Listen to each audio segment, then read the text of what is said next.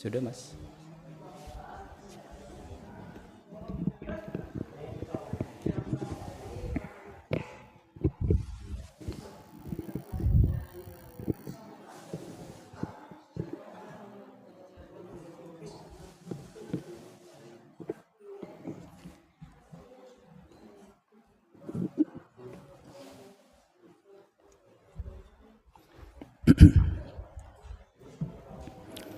Bismillahirrahmanirrahim.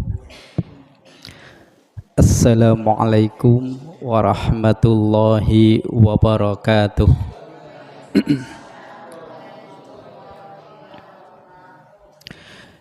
Innal hamdalillah na'maduhu wa nasta'inuhu wa nastaghfiruh wa na'udzu billahi min sururi anfusina wa min sayyiati a'malina. May yahdihillahu fala mudhillalah wa may yudlilhu fala hadiyalah. Asyhadu an la ilaha illallah wahdahu la syarikalah wa asyhadu anna Muhammadan abduhu wa rasuluhu la nabiyya ba'dah. Allahumma salli wa sallim ala nabiyyina wa maulana Muhammad wa ala alihi wa ashabihi wa barik wa sallim tasliman katsira. Qala Allah ta'ala fi kitabihil karim, a'udzu billahi minasy syaithanir rajim. Bismillahirrahmanirrahim. Ya ayyuhalladzina amanu taqullaha haqqa tuqatih wa la tamutunna illa wa antum muslimun. Wa qala ta'ala wa qadha rabbuka alla ta'budu illa iyyahu wa bil walidaini ihsana imma yablughanna indakal kibara ahaduhuma aw kilahuma fala taqul lahumā uffin wa la tanharhumā wa qul lahumā qawlan karīmā wakhfid lahumā janāha dhulli minar rahmati wa qur rabbirhamhumā kamā rabbayani shaghīrā. Shadaqallahul azim. Amma ba'd. Para sepuh bini sepuh segenap takmir musholla Baitul Maqdis yang saya hormati, yang saya muliakan, begitupun kepada Bapak dan Ibu jamaah sholat maghrib beserta anak-anak kita, adik-adik kita dari UMY Universitas Muhammadiyah Jogja yang alhamdulillah saat ini tengah melaksanakan kuliah kerja nyata atau yang biasa disingkat dengan KKN. Konon datang di Desa Grinting sejak Rabu yang lalu tanggal 24 Juli 2025. Mudah-mudahan adik-adik kita mahasiswa dari UMY betah di Grinting, tapi juga tidak kebetahan. Ya. Betah itu artinya bisa merasa nyaman berada di Desa Grinting, tapi kalau kebetahan nanti tidak bisa pulang, tidak mau pulang karena kebetahan itu ya. Jadi betah tapi tidak kebetahan ya. Kira-kira betul enggak bahasa saya itu ya? Ya, mudah-mudahan betah di Grinting tapi tidak kebetahan itu ya. Alhamdulillah adik-adik kita dari UMY bergabung di kajian setiap malam Kamis. Mungkin saya sampaikan kepada adik-adik kita bahwa kajian malam Kamis ini di Musholla Baitul Maqdis. Musholla Baitul Maqdis ini adalah musholla milik AUM, pimpinan ranting Muhammadiyah Grinting. Dan kajian malam Kamis ini sudah berjalan hampir 4 tahun. Ya.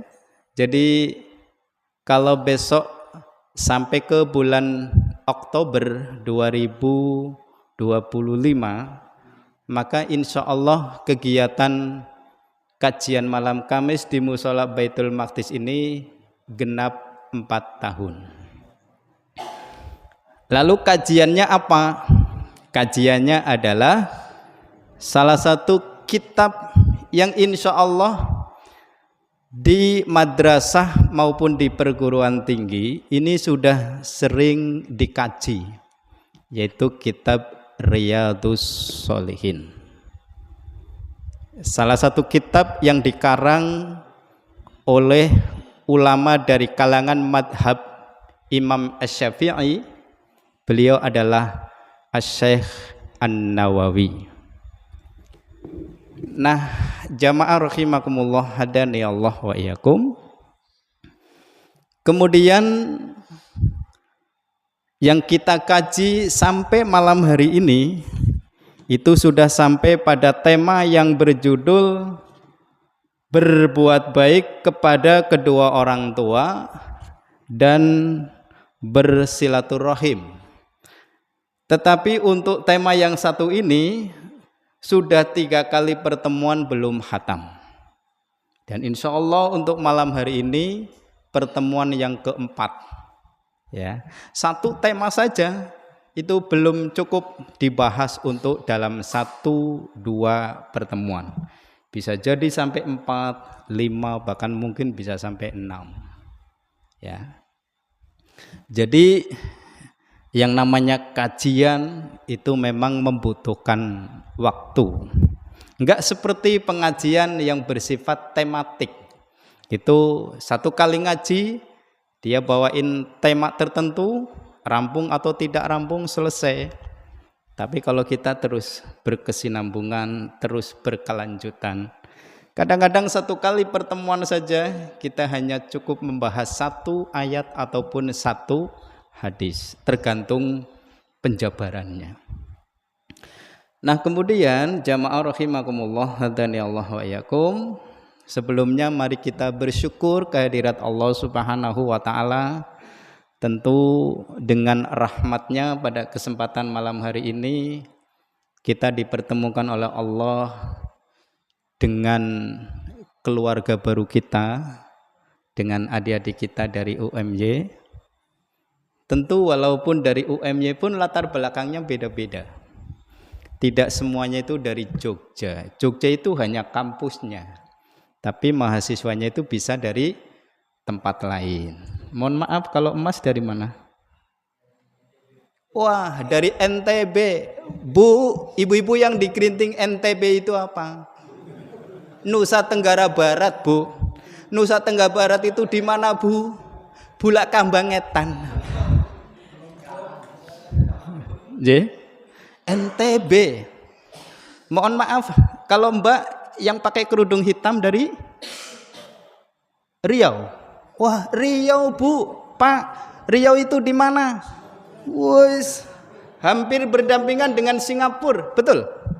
Bahkan konon ada yang mengatakan Riau itu kalau malam dari negara Singapura itu ketahuan. Karena sudah berdekatan. Dan Riau itu tempat tinggalnya Ustadz Abdus Somad. Itu ya. Dari NTB, dari Riau. Untuk sementara tidak kenalan nama lah, ya. Kita dari mana dulu biar Mbak yang pakai mukena putih? Klaten. Nah, kalau dari Klaten itu Jawa Tengah, ya. Masih sejawa itu dari Klaten. Tapi bisa ngucapin Zainal bisa ya? Bisa. Biasanya kalau dari Klaten itu Yainal itu. Ya, itu dialek. Saya punya guru, beliau sudah almarhum, mudah-mudahan mendapat tempat terbaik. Beliau adalah Pak Romlan, namanya Pak Guru Romlani itu ya. Itu asli Klaten, itu saya muridnya. Kalau manggil saya itu enggak pernah benar. Kalau nama saya itu Zainal, beliau selalu manggil saya Yainal itu. Itu enggak pernah benar. Karena dialek ya, tidak pernah benernya bukan karena sengaja tidak benar, tapi memang dialeknya demikian. NTB, Riau, Klaten. Sebelahnya Karawang. Wah, kalau Karawang masih pulau Jawa, tapi Jawanya Jawa Barat. Beruntung punya gubernur KDM. Ya, KDM ya. Kang Deddy Mulyadi. Ya. Terus Mbak yang pakai mukena pink, kita gerinting ya, Masya, ini kita gerinting ya, istrinya Mas Tulus ini deh. Ini ya, dari Bima juga NTB ya. Oh ya, dari Bima NTB. Kalau saya jual obat namanya Kuku Bima Energi. Nah, ini Bima itu ya. Masih ada lagi Mbak ya. Oh, dari Batang, dekat ya. Jawa Tengah berdekatan dengan Pekalongan, Batang itu ya. Saya juga sering wira-wiri ke Batang itu ya. Oke, sampingnya lagi. Oh, dari Bekasi, Jawa Barat juga ya. Perbatasan dengan DKI ya, perbatasan dengan DKI, ibu kota Jakarta. Kemudian Mas yang pakai gamis hitam, wah Sulawesi jauh Bu, dari Sulawesi. Mas kalau dari Sulawesi ke Jogja naik apa Mas? Oh pesawat, akhirnya naik jukung. Oh naik pesawat itu. Ini Mbak ndak tahu jukung ya? Ya ndak tahu. Oh pakai pesawat ya Mas. Kapan-kapan saya diajak ke Sulawesi ya Mas. Oke ya. Dari Sulawesi Bu, ya Allah jauh-jauh dari Sulawesi ke Jogja itu hanya sekedar mau cari ilmu ya. Dan ilmu yang dicari itu di Muhammadiyah. Tahun 2023 yang lalu itu juga ada adik-adik dari UMY, KKN di Gerinting juga. Waktu itu alhamdulillah ada yang akrab dengan saya, itu juga ada yang dari Maluku, putri gitu ya. Anak putri perempuan itu dari Maluku. Saya tanya, Mbak, kalau dari Maluku ke sini naik apa, Mbak? Pak, pakai pesawat, kadang juga pakai kapal. Oh, tak kira pakai jukung. Dia nggak ngerti jukung itu ya. Kalau jukung itu kapal kecil. Mas yang pakai baju kotak? Solo. Oh, Solo Klaten ya, berdekatan dengan Klaten. Satu lagi? Kudus juga Jawa Tengah ya. Kalau yang mungkin dari Jawa mungkin nggak terlalu jauh ya, tapi ini yang dari luar Pulau Jawa, dari Sulawesi, dari Riau, NTB itu jauh-jauh. Ya kita doakan mudah-mudahan adik-adik kita dari UMY mudah-mudahan mendapat ilmu yang terbaik untuk meraih cita-cita apa yang diinginkan. Okay. Mungkin fakultasnya juga beda-beda kan ya? Tidak semuanya sama. Ada yang ngambil jurusan sarjana hukum, mungkin juga sarjana ekonomi. Kalau saya SPO Mas. Kalau saya SPO itu. Loh itu apa sarjana SPO ya? SPO itu sarjana pedagang obat. Ini yang baru datang 2 ya. Mohon maaf dari mana Mas?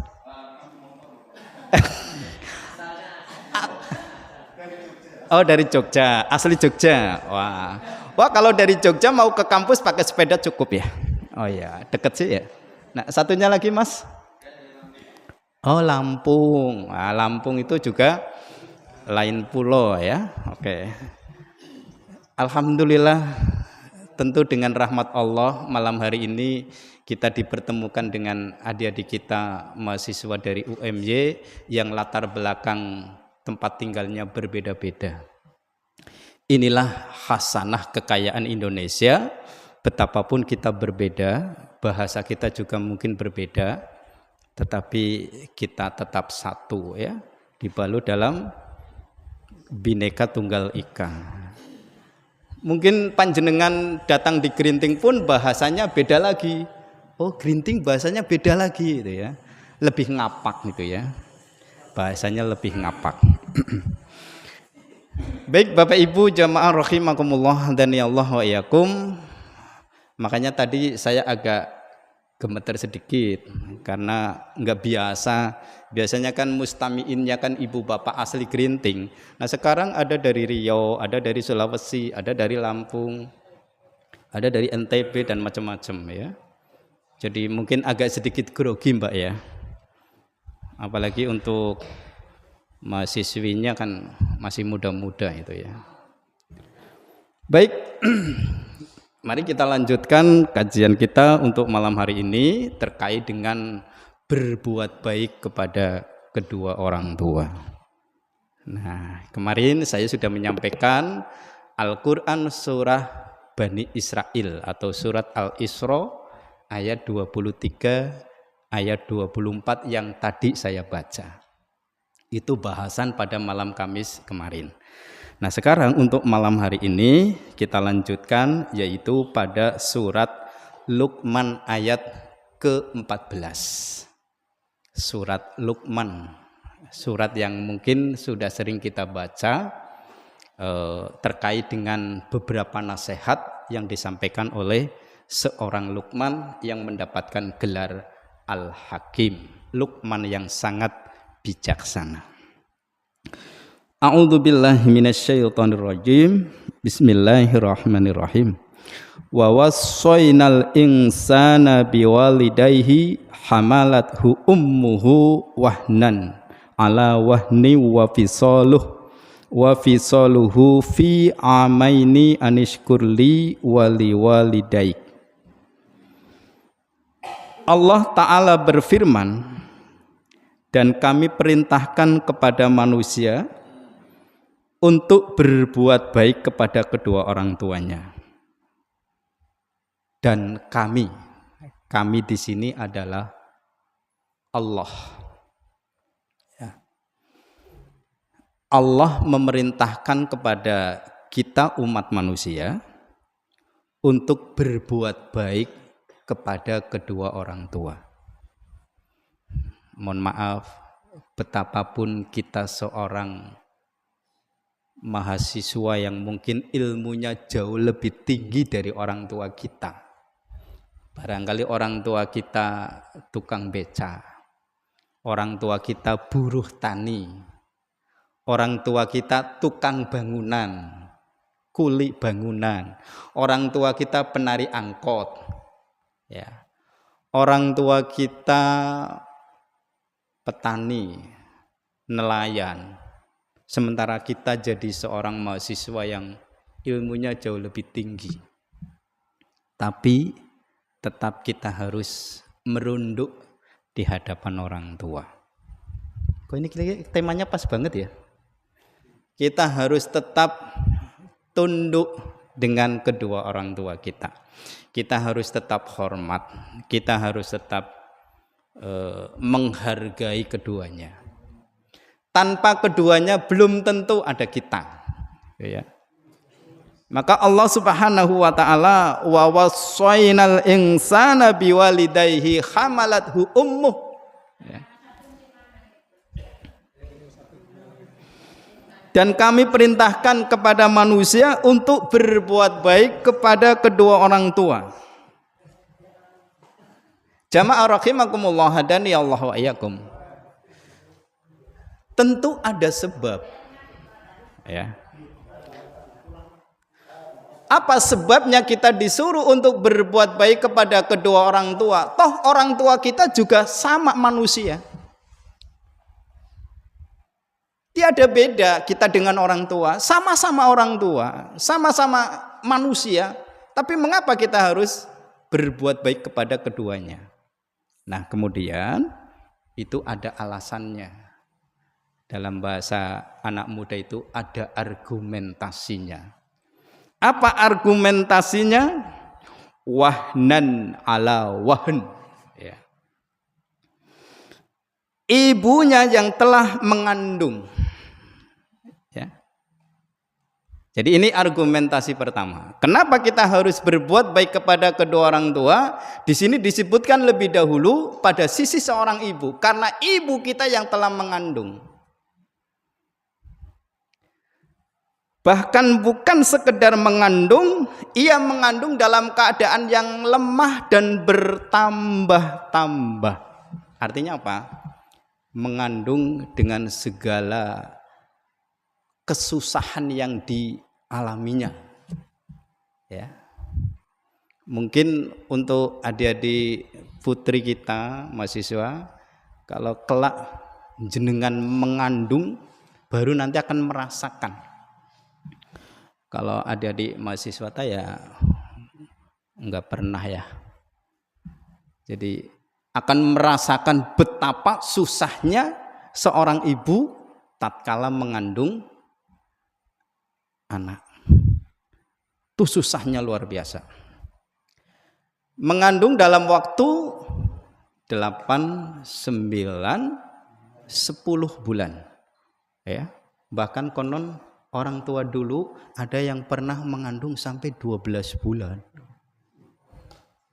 Gue jare monine apa ya? Ngandung kebo apa? Masa ngandung kebo ya? Maksudnya kayak kebo gitu loh, saking suwene.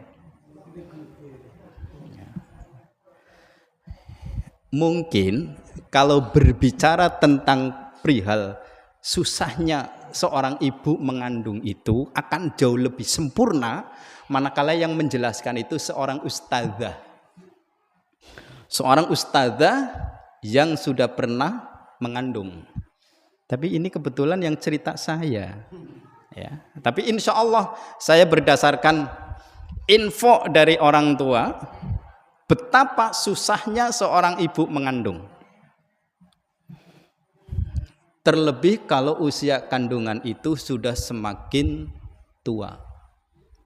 Ya, mungkin di atas 6 atau 7 bulan lah. Menjelang saat kelahiran. Itu akan jauh lebih menderita ketika mengandung. Jamaah rahimakumullah hadani Allah wa yakum. Betapapun mengandung itu susah, tapi ketika seorang ibu mengandung, kemanapun kandungan itu tetap dibawa. Betul Bu? Apa ada cerita orang lagi ngandung, tinggal dulu? Belum pernah ada cerita. Ya. Saya mau jalan-jalan ke mall, ini ditinggal dulu. Enggak kan? Kemanapun dia pergi, tetap dibawa. Kandungan itu enggak pernah ditinggal. Malu atau tidak malu, ya harus dibawa. Ya. Kalau ketika masih perawan, kondisi tubuh masih cukup bagus, ya, masih kenceng, masih elegan, gitu ya. Tapi coba ketika mengandung, perut yang tadinya kayak gini kemudian membesar. Ya. Malu atau tidak malu, kemanapun pergi, ia harus dibawa. Susah maupun senang itu tetap dibawa. Mau kondangan dibawa, mau jamaah di masjid mushola ya tetap dibawa. Kemudian kalau tidur, konon orang yang mengandung itu akan mengalami rasa sumuk yang betul-betul sumuk. Betul Ibu? Saya tanya yang ibu-ibu yang udah pernah ngandung. Yeah. Jadi orang yang ketika mengandung itu akan merasakan sumuk yang luar biasa, sumuknya.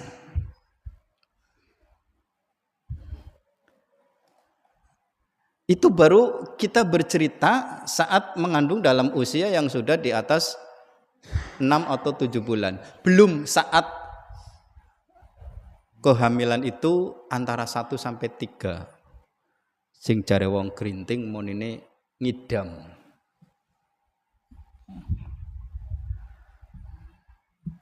ngidam ya kena, anggere aja sampai nyidame sengit karo sing lanang.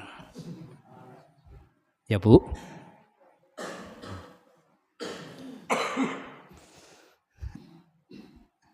Bolehlah kita ngidam, tapi jangan sampai nyidamnya itu benci sama suami.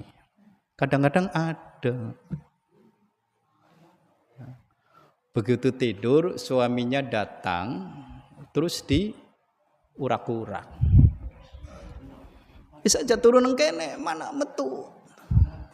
Mambu keringet pan mutah. Jadi ini mambu keringetnya wong lanang ke pan mutah. Iya Bu. Ana sing ngidame kaya kowe.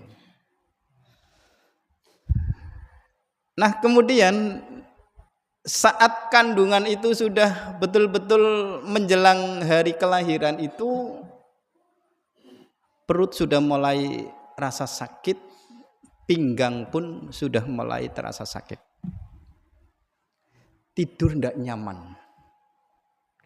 Miring kanan juga orang enak. Miring kiri juga tidak enak. Ngadang-ngadang ya kayak ngelenek. Kemurup apa maning? Bisa kemurup? Orang bisa ya. Itu kondisi orang yang tengah mengandung, sampai Al-Quran pun menyatakan demikian. Karena seorang ibu yang telah mengandung dalam keadaan yang lemah dan sangat lemah, dalam keadaan payah yang sangat payah, sampai dikatakan sangat kepayahan.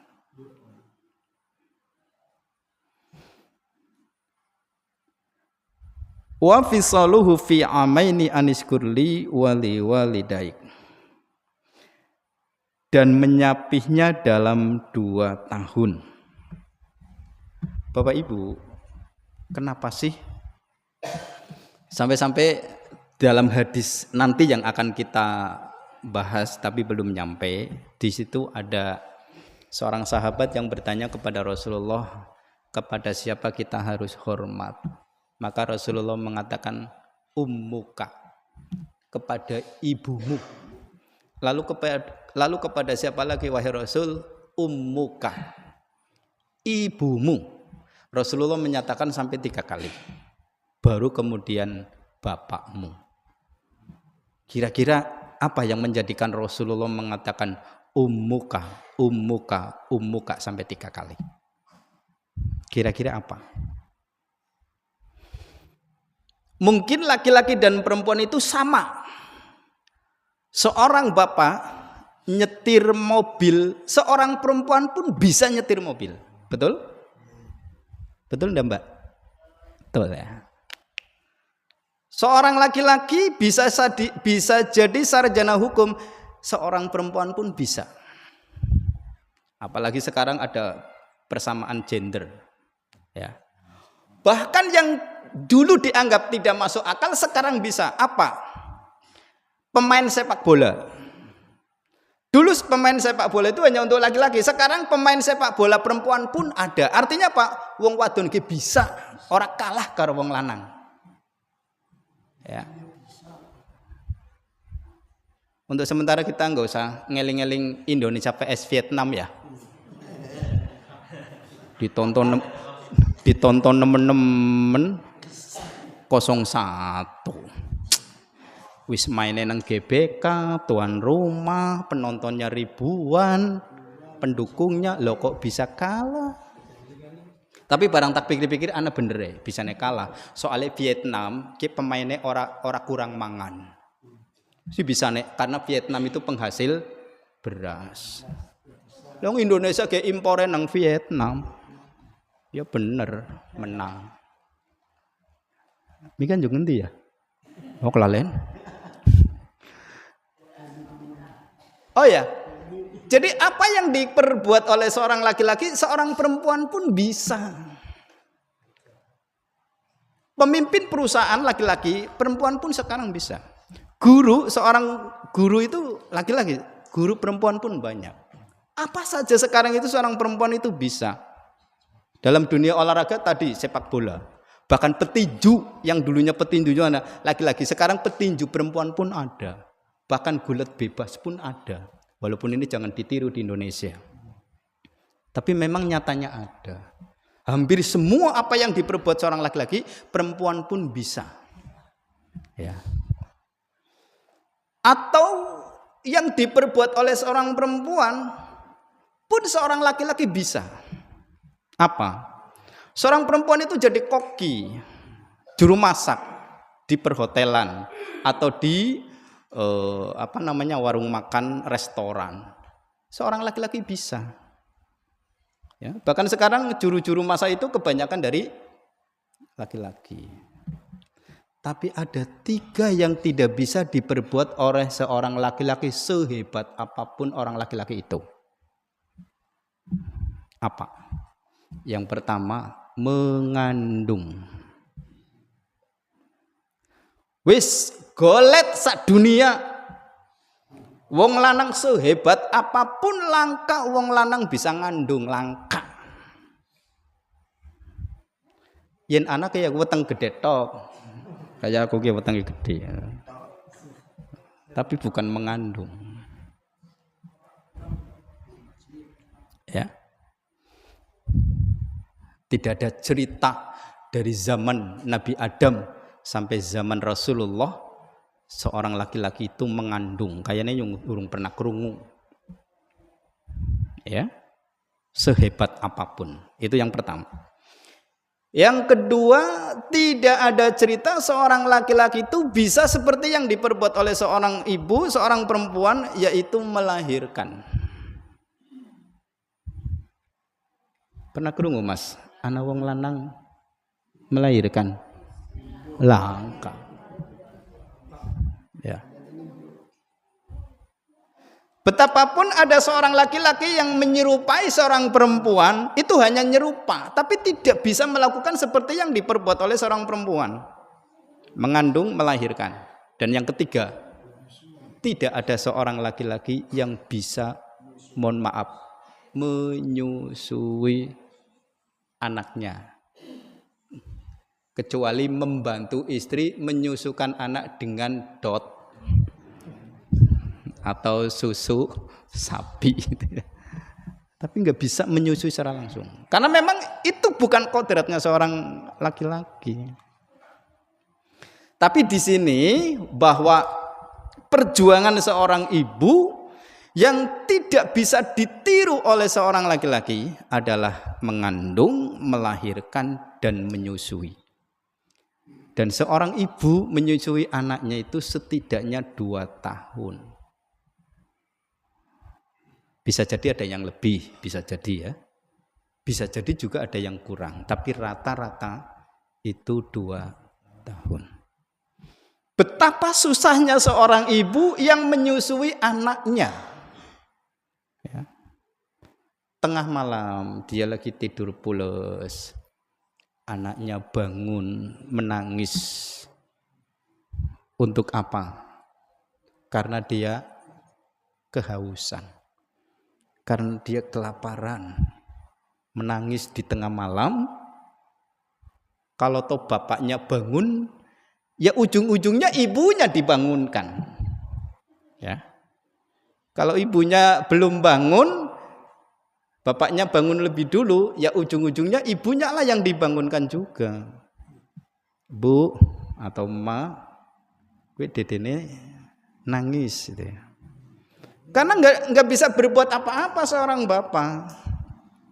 Akhirnya membangunkan istrinya. Untuk apa? Menyusui anaknya. Itu lagi tidur enak-enaknya. Kemudian kalau lagi makan, sedang makan enak-enaknya, ya kadang dedeknya nangis karena minta disusui. Akhirnya apa? Dia harus makan sambil menyusui. Bahkan ibu-ibu, saya pernah menjumpai ada seorang ibu-ibu lagi naik sepeda, bawa anak yang masih kecil, itu menyusui sambil genjot sepeda. Ya Allah. Untungnya begitu anak jeglugan orang ucul. Ucul kepriwe. Ya. Masya Allah. Dan air susu yang dikeluarkan oleh ibu untuk anaknya itu nggak bisa dibandingkan dengan nilai rupiah. Ya. Artinya air susu yang dikeluarkan oleh seorang ibu untuk membesarkan anak-anaknya itu kalau dirupiahkan, Masya Allah. Mohon maaf, ibu-ibu yang punya anak yang ketika menyusu bukan dengan ASI tapi dengan susu formula, itu berapa pengeluarannya sampai dia melepas dengan susu itu. Ya. Dilihat dari sisi finansial itu jauh lebih besar, dilihat dari sisi kepraktisan itu jauh lebih praktis dengan ASI dibandingkan dengan susu formula. Betul, Bu? Ya, mulanya jenengan bersyukur alhamdulillah kalau punya anak cukup dengan ASI. Ya. Begitu dia bangun, mohon maaf ya. Begitu dia bangun, nggak usah susah-susah, langsung saja dikeluarin, udah nyusu. Ya. Tak usah pakai air hangat, tak usah dikocok-kocok, ya. Tapi coba kalau pakai formula, begitu bangun, ternyata tidak ada air panas, harus ngerebus dulu. Setelah direbus, nunggu agak dikit anget, baru kemudian dituangkan susunya lalu dicampurkan, baru disusukan kepada anaknya. Kalau tidak habis, kira-kira bisa dipakai enggak, Bu? Enggak bisa. Ya, itu udah kena apalah, kontaminasi itu ya. Saya kalau mau ngomong kayak gini takut keceletot, makanya sing ngrokna mahasiswa. Ya. Terkontaminasi itu ya. Ya. Tapi coba kalau ASI, rantungnya bisa, Tanjung Namaning selesai, ya kan? Nggak perlu dia macam-macam. Itu dilihat dari sisi kepraktisan. ASI jauh lebih praktis dibandingkan dengan susu formula. Ini yang menjadi argumentasi mengapa kita harus berbuat baik kepada kedua orang tua, terutama dalam hal ini kepada seorang ibu, karena seorang ibu yang telah mengandung, seorang ibu yang telah melahirkan. Saat melahirkan taruhannya nyawa.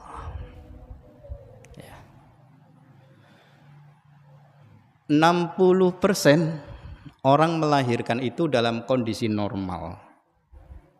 Artinya normal itu ketika bayi hendak mau keluar, mau lahir, itu posisi kepala lebih dahulu berada di vagina. Tapi selebihnya kadang-kadang itu bermasalah. Ada yang harus terpaksa dengan operasi sesar, dibedal, ya, dibedah. Ada juga kadang-kadang yang lahir, mohon maaf, bukan kepala lebih dulu, tapi kadang-kadang tangannya lebih dulu. Idih, medeni temen. Bu, nek ana wong lahir tulis sing metu tangannya disit pipin. Ini lahir yang keluar kakinya dulu. Lahir yang keluar pantatnya dulu. Masya Allah. Itu kan ada kejadian-kejadian seperti itu yang kemudian mau tidak mau harus menghadapi operasi. Inilah taruhan seorang ibu ketika melahirkan. Makanya saat-saat kritis seperti itu, hendaklah seorang suami itu berada di sisinya, berada di sampingnya, sembari mendoakan dan memberikan penguatan. Bapak Ibu, istri saya ketika melahirkan, alhamdulillah posisiku berada di sisi istri saya. Ya, kebetulan saya orangnya bukan perantau, jadi ya. Kemudian apa yang bisa saya perbuat? Jare sing ngelahiraken apa? Tukang yang melahirkan itu jenenge apa, Pak? Dudukun bayi lah ya. Ya. Itu Mas Zainal kowe didemposi. Ya wis lah tak demposi. Padahal tak pikir-pikir hubungannya apa ya dempos karo nengkang. Ana hubungan Ibu. Demposi kan di neng umbun-umbun ya. Kongkon didamone gitu ya. Lah karo hubungane neng kana apa gitu. Tapi wong jare kongkon iki tak turuti wis lah arane nggo bong-bong ya. Ya. Cuma alhamdulillah sak rekasa-rekasane bojone nyong nalika pan nglairna lagi rekasane nemen ngedene temenanan bara-bara ora metu kalimat ngono. Gara-gara sampean sih. Bara-bara ora kaya kue. Maksudnya nggak ngomong kayak gue yang ngotak domong maning. Kayak gue gelem kok.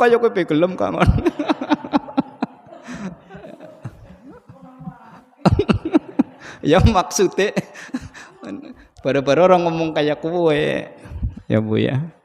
Nah, kemudian yang ketiga menyusui dan itu belum cukup. Merawat sampai ia beranjak remaja dan seterusnya. Gini bisa ayat Pak Bu, ya Luqman ayat 14 belum yang lain. Tapi karena waktu sudah hampir jam 7, ya saya rasa cukuplah kajian kita untuk malam hari ini. Kita bawain surat Luqman ayat yang ke-14.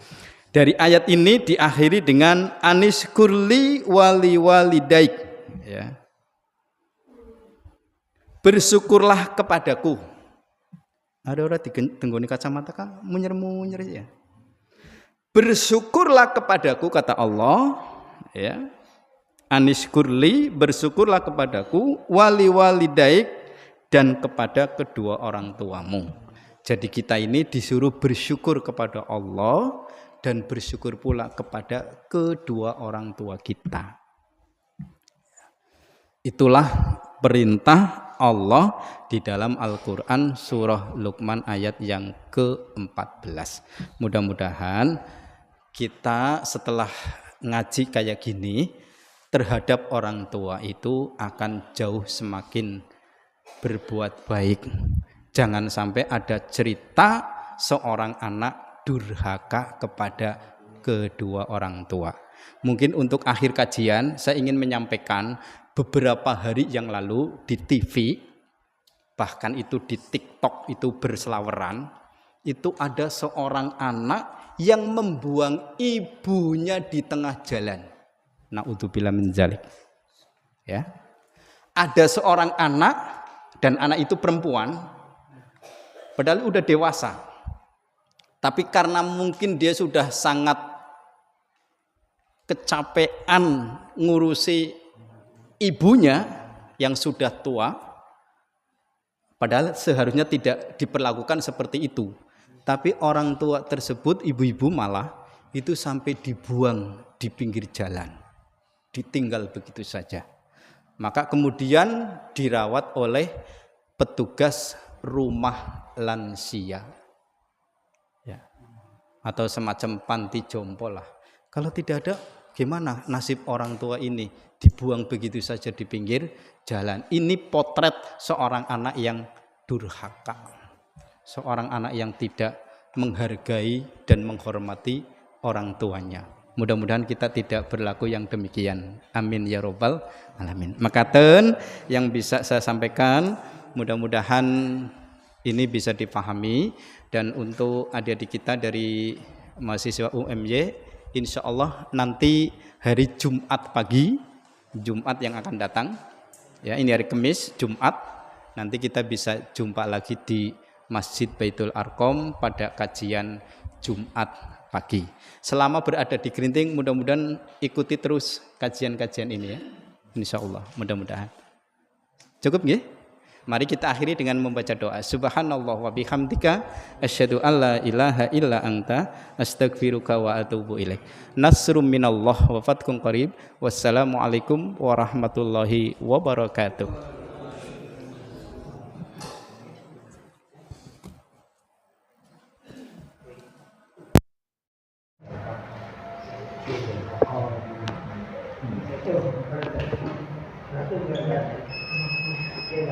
Itu